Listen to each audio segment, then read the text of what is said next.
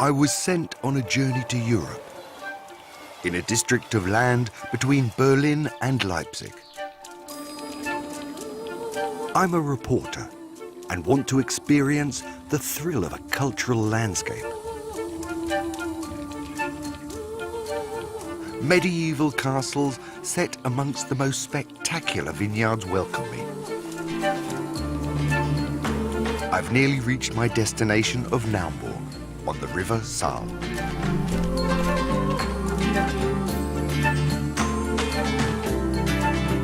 One can sense the spirit of the centuries in the historical old quarter.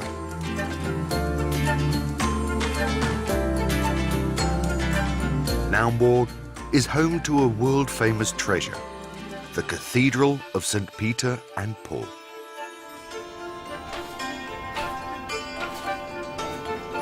A legendary witness to time made of stone.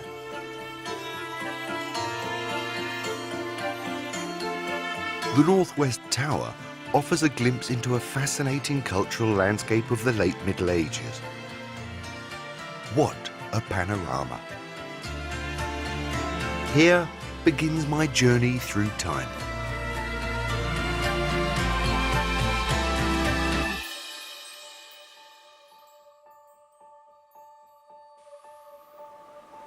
I follow the flow of the river Saale eastwards.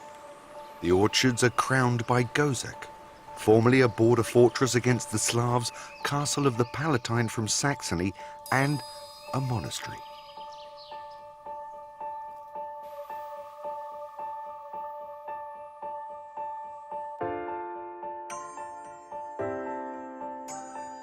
The Roman crypt from 1046 is a place of wonder.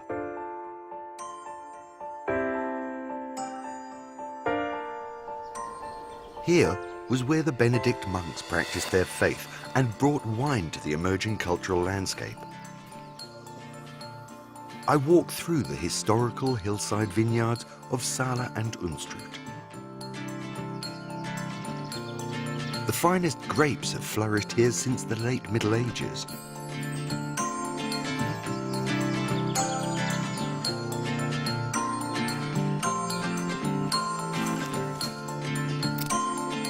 Wine growers of the region produce wine of the highest quality. The fertile lands have been sought after throughout history.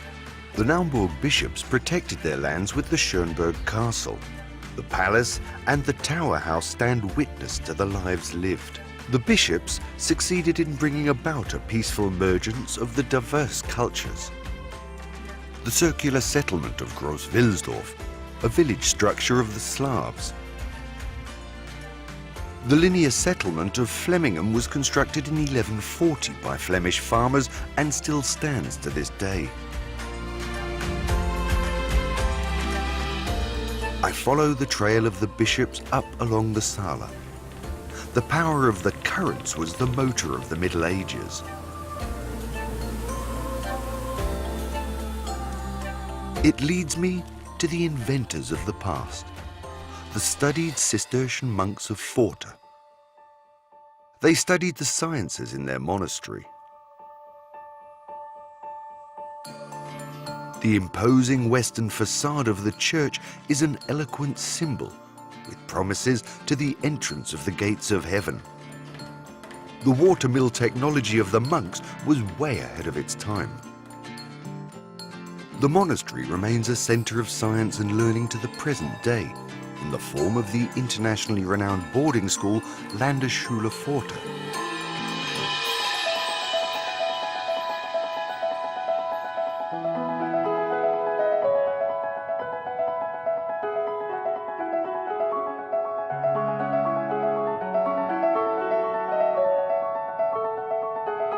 I discover original manuscripts recording daily life in the ancient library.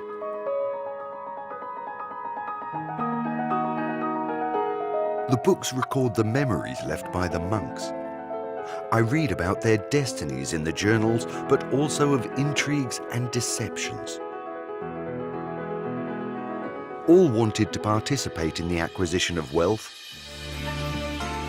Power struggles between the neighboring lords were an inevitability, The Rudelsburg perches picturesquely on the steep limestone cliffs. It served as a controlled checkpoint on the ancient trading route of Via Regia. The centuries passed, but the powerful castles remain. Nowadays, it is good food and wine that welcomes me here. Time to indulge and enjoy.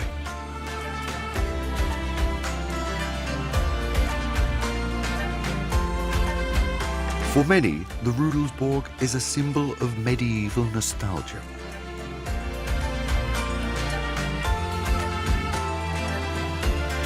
In the neighbouring region, the next castle, the romantic ruins of Saale Castle. The whole community works to retain the ruin.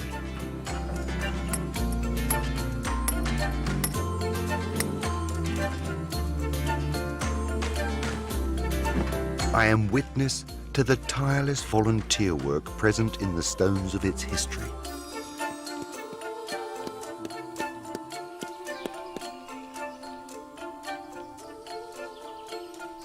Neighbouring it stands the Unstrut escarpment, the old monastery church of Chyplitz, built in the 12th century.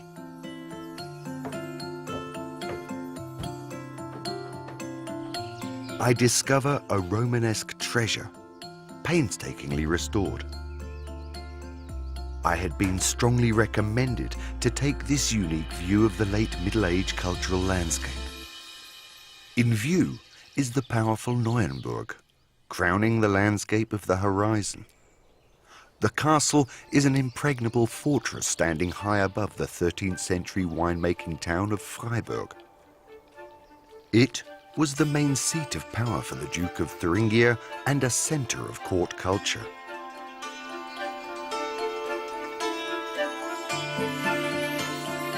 The Naumburg bridges an architectural rarity in that it has two chapels joined by an opening. The Duke attended service in the higher chapel and the rest of the castle's court in the lower. Later, I'm struck by the moving face of the young Elizabeth of Thuringia. She gave her life to caring for the sick and the poor and is regarded today as a saint around the world.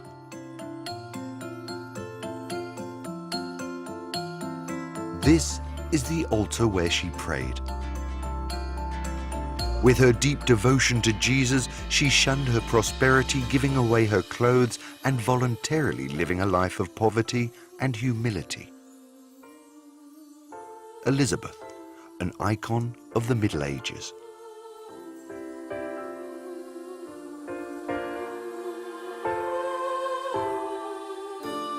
But how was castle life over 1,000 years ago? The small treasures of the castle give flight to my fantasies. Games were played.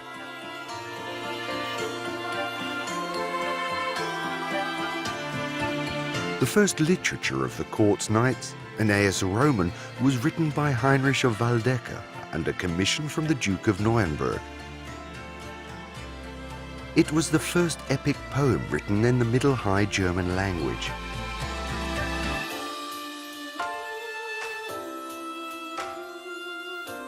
They are living history books, monuments of the century crafted from a particular stone that one can find to this day all over the region. Red sandstone and shell limestone.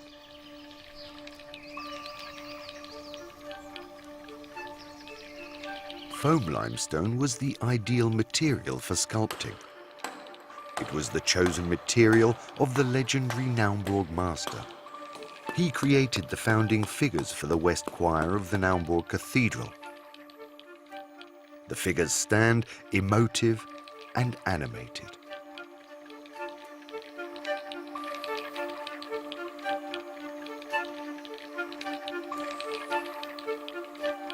I've never seen anything quite like it.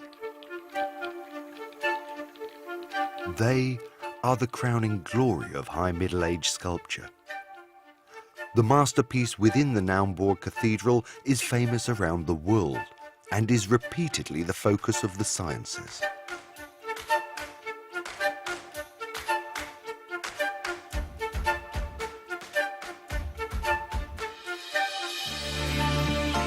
I experience the cathedral as a living symbol of faith. It is the symbol of the cultural landscape on the Saale and Unstrut.